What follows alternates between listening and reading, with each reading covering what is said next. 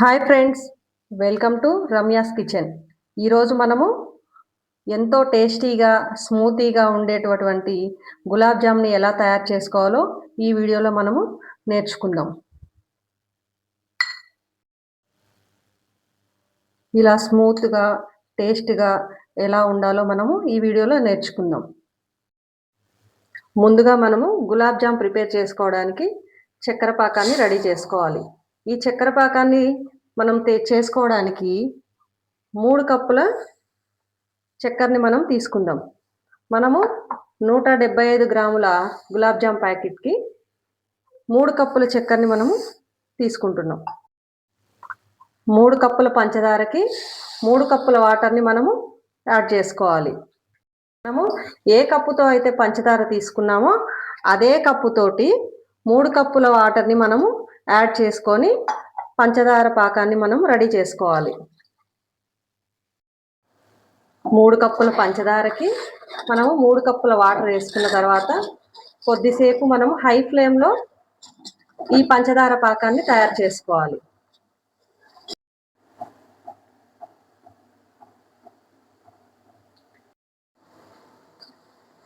ఈ పంచదార పాకాన్ని మనము హై ఫ్లేమ్లో ఒక 5 మినిట్స్ ఇలా బాగా తెల్లనివ్వాలి.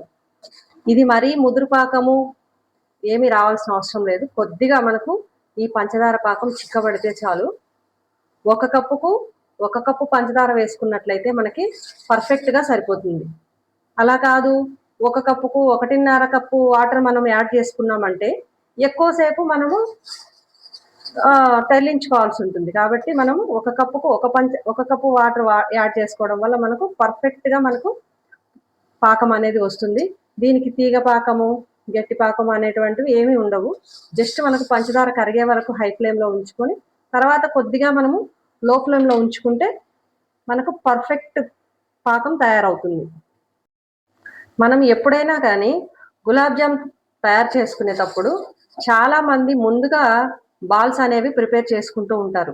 అలా ముందుగా ప్రిపేర్ చేసుకోవడం వల్ల అవి డ్రై అయిపోయి మనం షుగర్ సిరప్లో యాడ్ చేసినప్పుడు త్వరగా ఆ షుగర్ సిరప్ అబ్జర్వ్ చేసుకోకుండా గట్టిగా అవడానికి అవకాశం ఉంటుంది. కాబట్టి అప్పుడు మనకి టేస్ట్ అనేది మిస్ అవుతుంది. కాబట్టి ముందుగా షుగర్ సిరప్ని రెడీ చేసుకొని ఆ తర్వాత మనము గులాబ్ జామ్ బాల్స్ అనేది తయారు చేసుకోవాల్సి ఉంటుంది.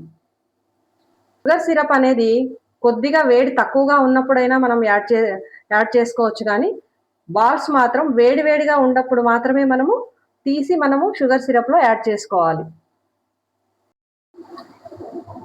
ఈ షుగర్ సిరప్ ఇలా తెరులుతూ ఉన్నప్పుడు మనము ఇందులోకే కొద్దిగా ఇలాచీ పౌడరు మరియు రోజ్ పెటల్స్ కానీ యాడ్ చేసుకోవచ్చు. రోజ్ పెటల్స్ లేకపోతే రోజ్ వాటర్ అయినా కూడా మనం యాడ్ చేసుకోవచ్చు. ఇది ఫ్లేవర్ కోసం మాత్రమే. ఇది పూర్తిగా మీ ఆప్షనల్.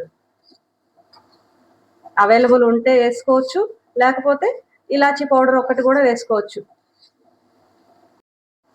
ఇప్పుడు మనకు షుగర్ సిరప్ రెడీ అయింది. స్టవ్ ఆఫ్ చేసి గులాబ్ జామ్ బాల్స్ ఎలా తయారు చేసుకోవాలో చూద్దాం. గులాబ్ జామున్ రెడీ చేసుకోవడానికి మనము 175 గ్రామ్స్ గులాబ్ జామ్ పౌడర్ని మనము ఇన్స్టెంట్ గులాబ్ జామున్ మిక్స్ని యాడ్ చేసుకుందాం.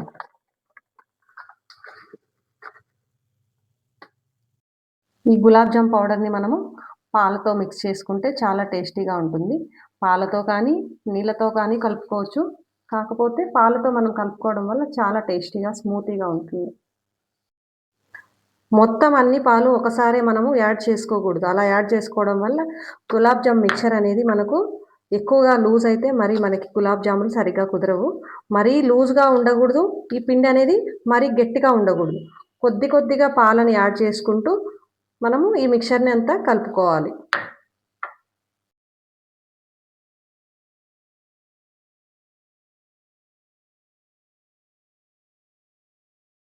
ఈ గులాబ్ జామ్ మిక్చర్ని మనం ఇలా కలుపుకునేటప్పుడు చేతికి అంటుకోకుండా కొద్దిగా నెయ్యిని యాడ్ చేసుకోవాలి.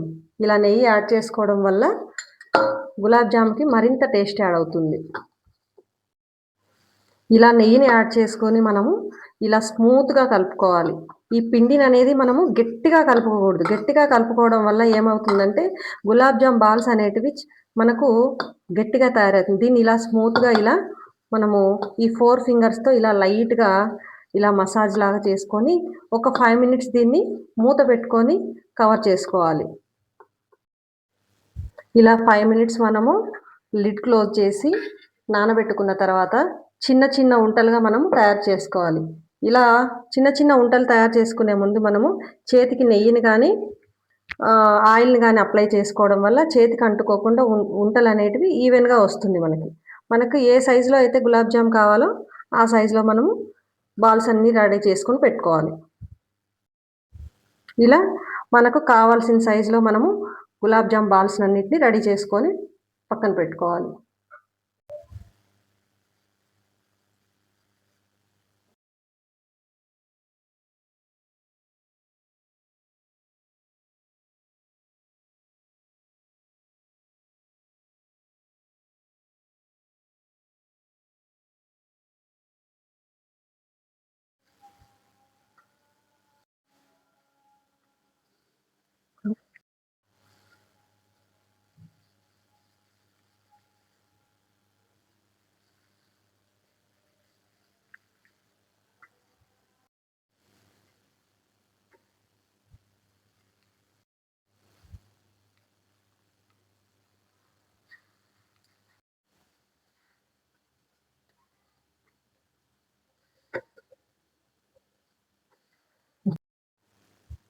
ఇలా ఉంటలన్నింటినీ మనకు కావాల్సిన సైజులో రెడీ చేసి పెట్టుకొని తర్వాత ఆయిల్లో కానీ నెయ్యిలో కానీ మనము డీప్ ఫ్రై చేసుకోవాలి.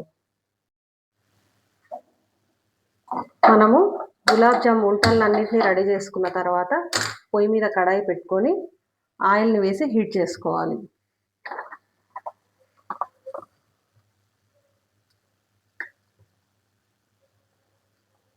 తగినంత మనకు గులాబ్ జాములు మునిగేంత వరకు ఎంత ఆయిల్ అయితే పడుతుందో అంత ఆయిల్ని వేసుకొని మనము హీట్ చేసుకోవాలి.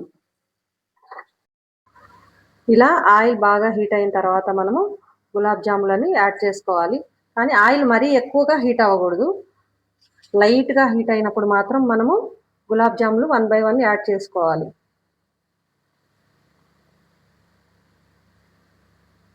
ఇలా లో ఫ్లేమ్లో ఉంచుకొని మనము గులాబ్ జాములన్నిటినీ స్లోగా వేసుకొని ఫ్రై చేసుకోవాలి.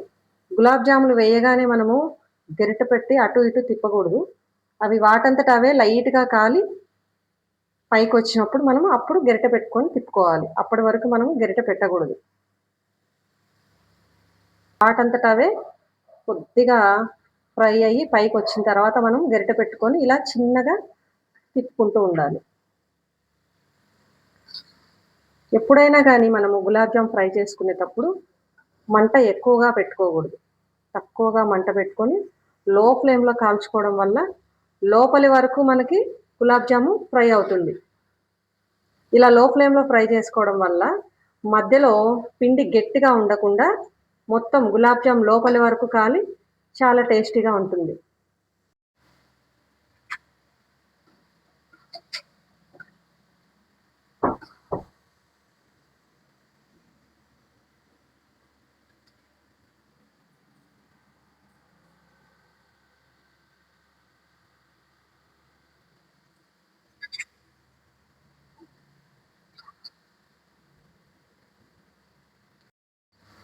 ఇలా గులాబ్ జామ్స్ అన్ని మనము ఈవెన్గా ఫ్రై చేసుకోవాలి.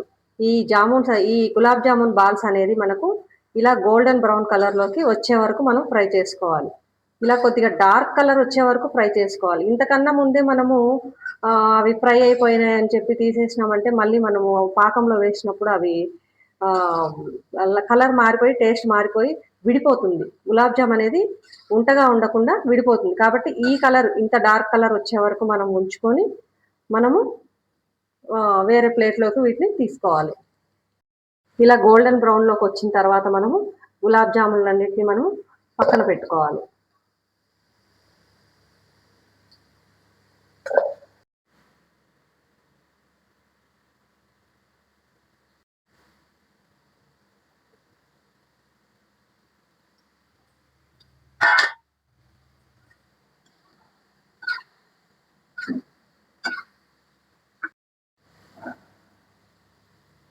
ఇలా గులాబ్ జాములన్నీ మనము ఈవెన్గా ఫ్రై చేసుకొని గోల్డెన్ బ్రౌన్లోకి వచ్చే వరకు ఉంచుకొని వీటిని కూడా మనం పక్కన తీసుకున్న తర్వాత వీటన్నిటిని షుగర్ సిరప్లోకి యాడ్ చేసుకోవాలి.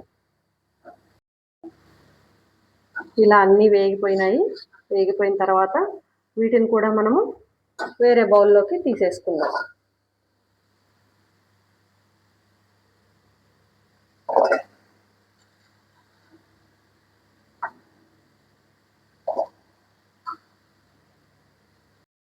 ఇప్పుడు మనము వేయించి పట్టుకున్న ఈ గులాబ్ జామున్ బాల్స్ అన్నింటినీ మనము షుగర్ సిరప్లో యాడ్ చేసుకోవాలి.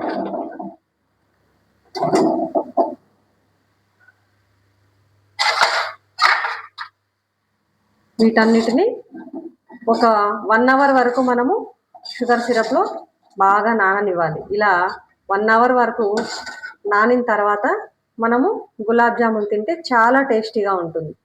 కాబట్టి దీన్ని మనము 1 అవర్ వరకు మనం పక్కన పెట్టేద్దాం. ఈ విధంగా ఒక 1 అవర్ మనము నానబెట్టిన తర్వాత ఎంతో టేస్టీగా, స్మూతీగా, ఎమ్మీగా ఉండే గులాబ్ జామున్ మనకు రెడీ అవుతుంది. ఈ వీడియో కనుక మీకు నచ్చినట్టయితే లైక్ చేయండి, షేర్ చేయండి, కామెంట్ చేయండి. ఇలాంటి మంచి మంచి వీడియోల కోసం మన ఛానల్ని ఫాలో అవ్వండి. కొత్తగా కనుక మన ఛానల్ని చూస్తున్నట్లయితే మన ఛానల్ని సబ్స్క్రైబ్ చేసుకోండి. Thank you for watching.